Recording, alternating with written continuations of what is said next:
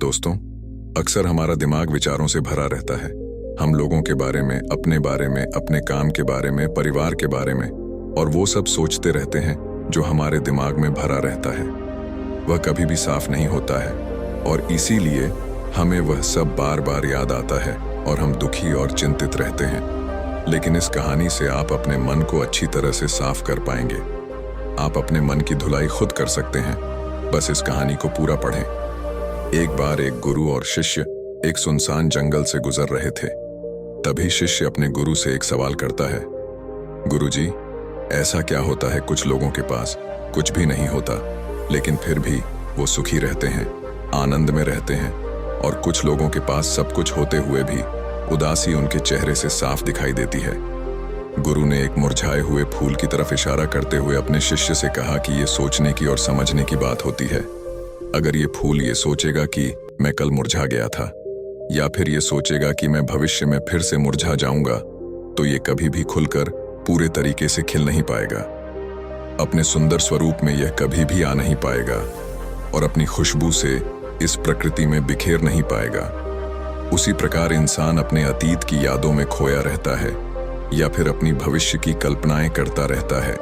भविष्य के दुखों के बारे में सोचता रहता है या भूतकाल में जो उसके साथ बुरा घटित हुआ है उसके बारे में सोच सोच कर वो अपने भविष्य के लिए चिंतित होता रहता है।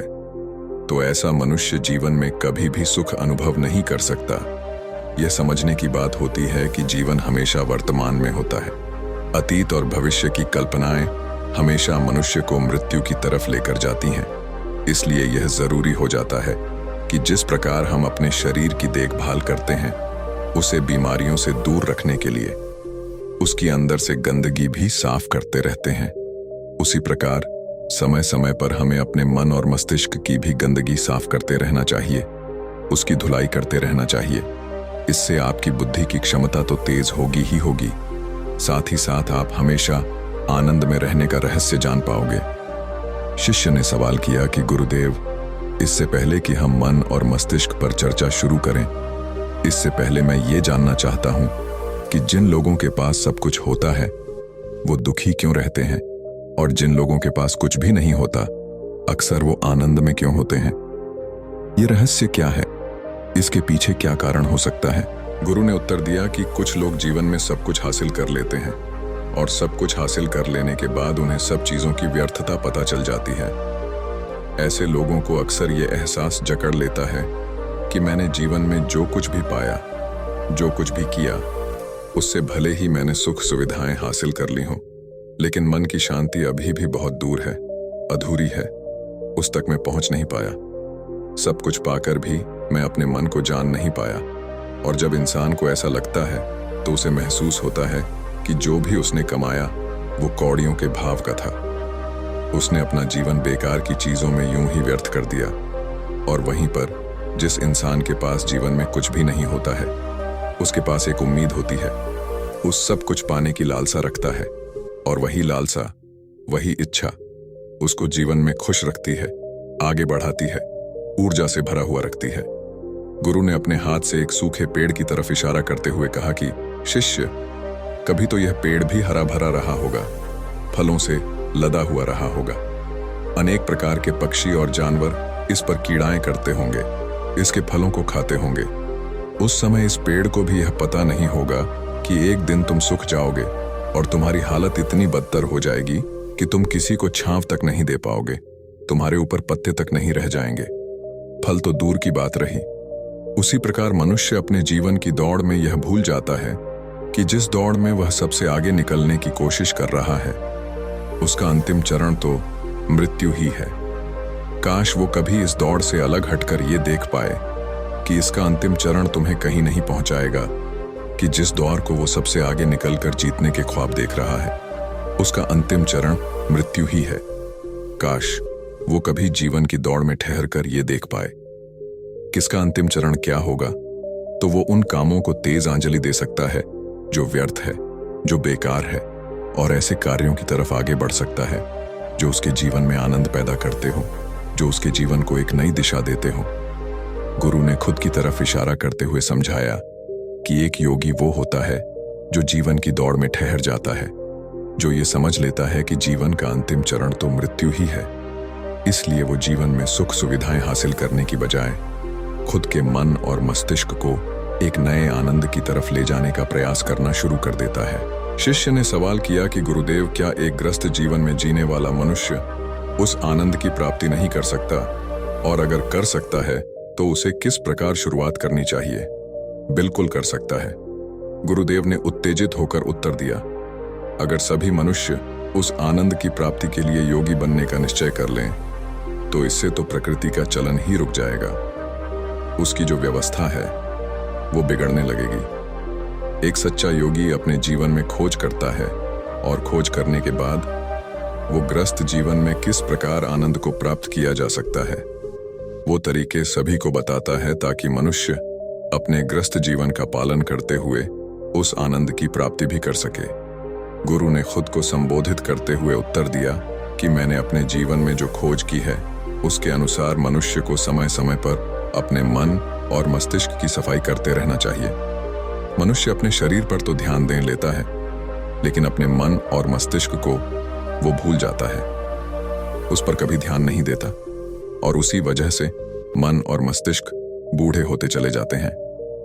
उनमें जवानी नहीं रह जाती, और जब उनमें जवानी नहीं रह जाती तो उनमें नयापन और ताजगी नहीं रह जाती, जिसकी वजह से एक इंसान उदासी से भर जाता है। मन और मस्तिष्क की गंदगी क्या होती है, पहले मैं तुम्हें ये बताता हूँ।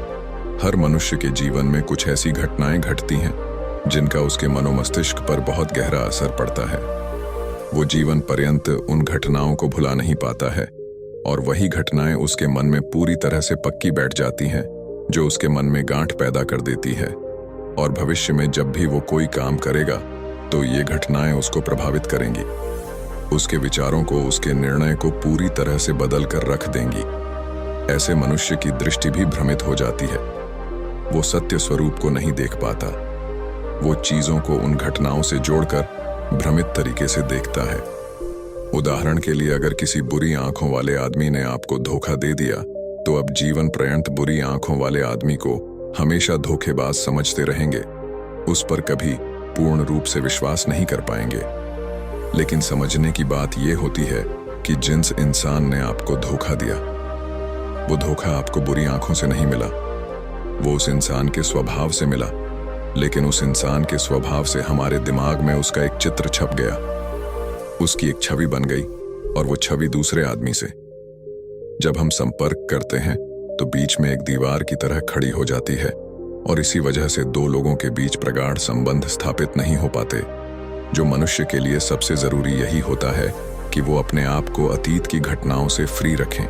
उन घटनाओं से प्रभावित होकर वो दिमाग में किसी तरह की छवि न बनाएं। कुछ लोग इस बात पर यह सवाल खड़ा कर सकते हैं कि फिर जीवन के अनुभव किस काम आएंगे, लेकिन समझने की बात यह होती है कि हम जीवन के अनुभवों से भी भ्रमित तरीके से ज्ञान लेते हैं, सही तरीके से उनसे सीख ले ही नहीं पाते।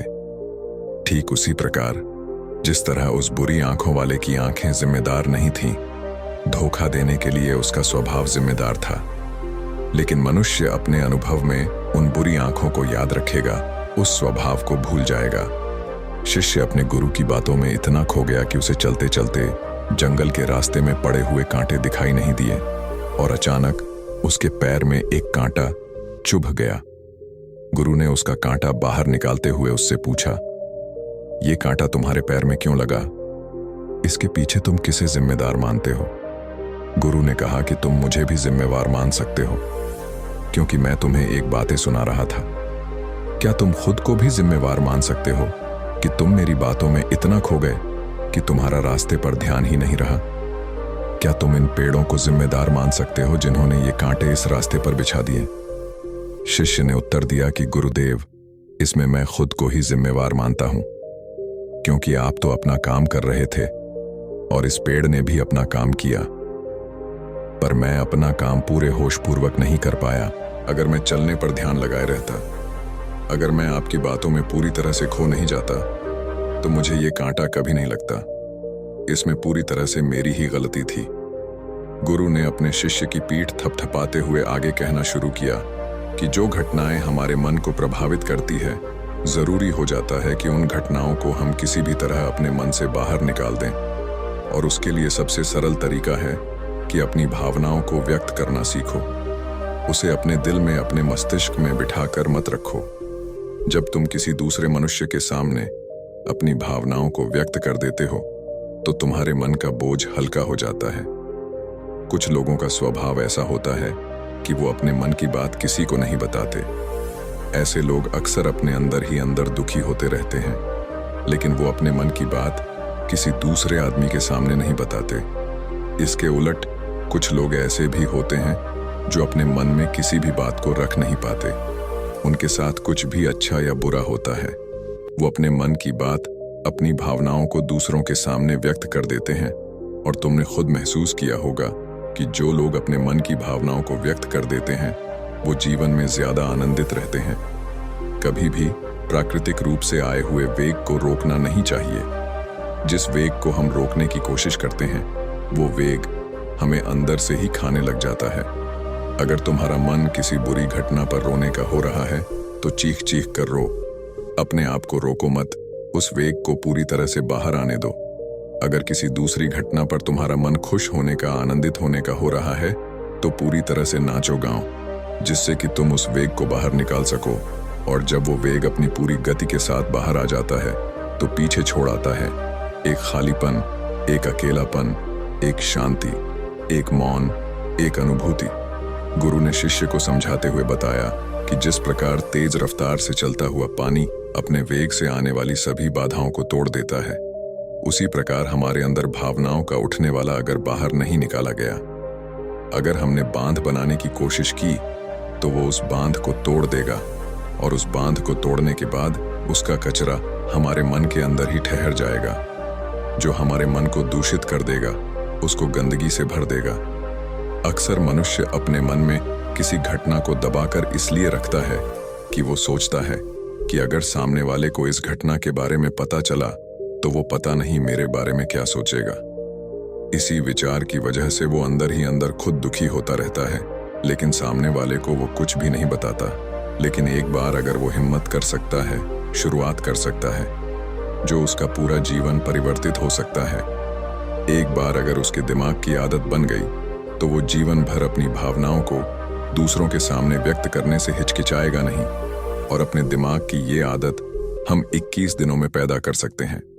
21 दिनों तक अगर सही तरीके से हम अभ्यास करें तो हमारा दिमाग पूरी तरह से भावनाओं से मुक्त हो जाएगा।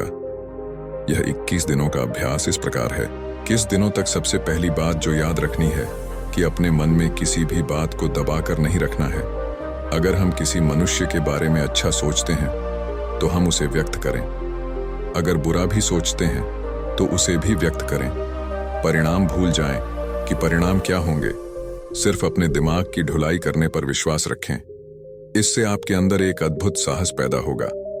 जब आप किसी मनुष्य के बारे में वह सब बता पाएंगे जो आप उसके बारे में सोचते हैं, तो आप खुद सोचिए कि आपका खुद के ऊपर विश्वास कितना ज्यादा बढ़ जाएगा।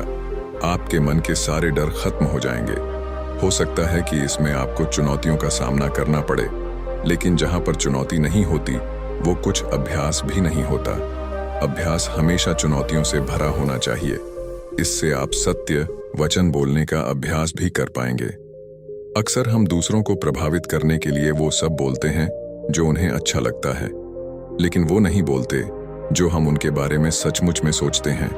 और यही हमारी सबसे बड़ी भूल हो जाती है। इससे हमारा पूरा अस्तित्व झूठ बनकर रह जाता है। और अपनी भावनाओं को व्यक्त करते समय यह भी जरूर ध्यान रखें कि आपके अंदर जो भावनाएं उस इंसान के प्रति उठ रही हैं, उनके पीछे का मूलभूत कारण क्या है।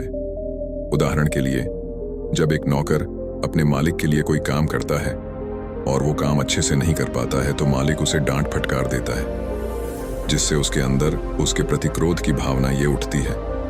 लेकिन समझने की बात ये होती है कि मालिक तो आपको कहेगा ही, वो तो डांटेगा ही।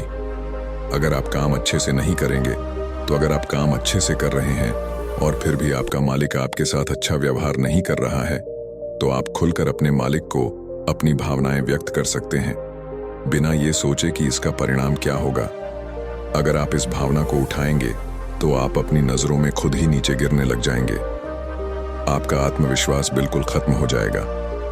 दूसरा अभ्यास जो तुम्हें 21 दिनों तक करना है वो ये है कि जो भी घटनाएं तुम्हारे साथ घटित होती हैं, कम से कम जीवन में एक इंसान ऐसा होना चाहिए जिसके सामने तुम अपने दिल की बात रख सको। चाहे अच्छी बात हो, चाहे बुरी बात हो, वो सब बातें तुम बिना कुछ सोचे विचारे, बिना इस डर से कि वो इंसान तुम्हारे बारे में क्या सोचेगा, तुम उस इंसान को अपनी सारी बातें बता सको और वो इंसान तुम्हारी सारी बातें सुनने के बाद तुम्हारे लिए कोई छवि पैदा ना करे। ऐसे इंसान अपने जीवन में खोजो और उनके सामने अपनी सारी भावनाएं व्यक्त करने की कोशिश करो। दिन में जो कुछ भी घटित होता है, अच्छा लगता है, बुरा लगता है, किसी के प्रति आकर्षण होता है, उसको एक दोस्त की तरह बताने का प्रयास करो। इससे तुम्हें यह पता चल पाएगा कि तुम्हारा मन घटनाओं के प्रति किस प्रकार की भावनाएं पैदा करता है। तुम अपने मन को समझने में सक्षम हो पाओगे। जब तुम किसी दूसरे आदमी को ये सारी बातें बताते हो तो तुम खुद भी अपनी प्रतिक्रिया रोके उस घटना के प्रति तुम्हारा क्या रवैया रहा है, उसके प्रति खुद का आकलन भी कर पाते हो। और तीसरा अभ्यास जो तुम्हारे मन को खाली रखेगा वह है योग निद्रा का अभ्यास। योग निद्रा किस प्रकार लेनी है, किस प्रकार उसका अभ्यास करना है, वो वीडियो इस वीडियो के खत्म होते ही चल जाएगी। जिन लोगों को वो सुनना है तो आप उसको सुन सकते हैं। ये चर्चा खत्म होते होते गुरु और शिष्य उस जंगल को पार करके अपने आश्रम में पहुंच चुके थे। तो दोस्तों, उम्मीद करता हूं आपको इस कहानी से एक अच्छी सीख मिली होगी। ये कहानी आपको कैसी लगी हमें कमेंट बॉक्स में कमेंट करके जरूर बताएं और साथ ही इस कहानी को अपने दोस्तों के साथ जरूर शेयर करें ताकि उन्हें भी इस कहानी से कुछ सीखने को मिल सके। धन्यवाद।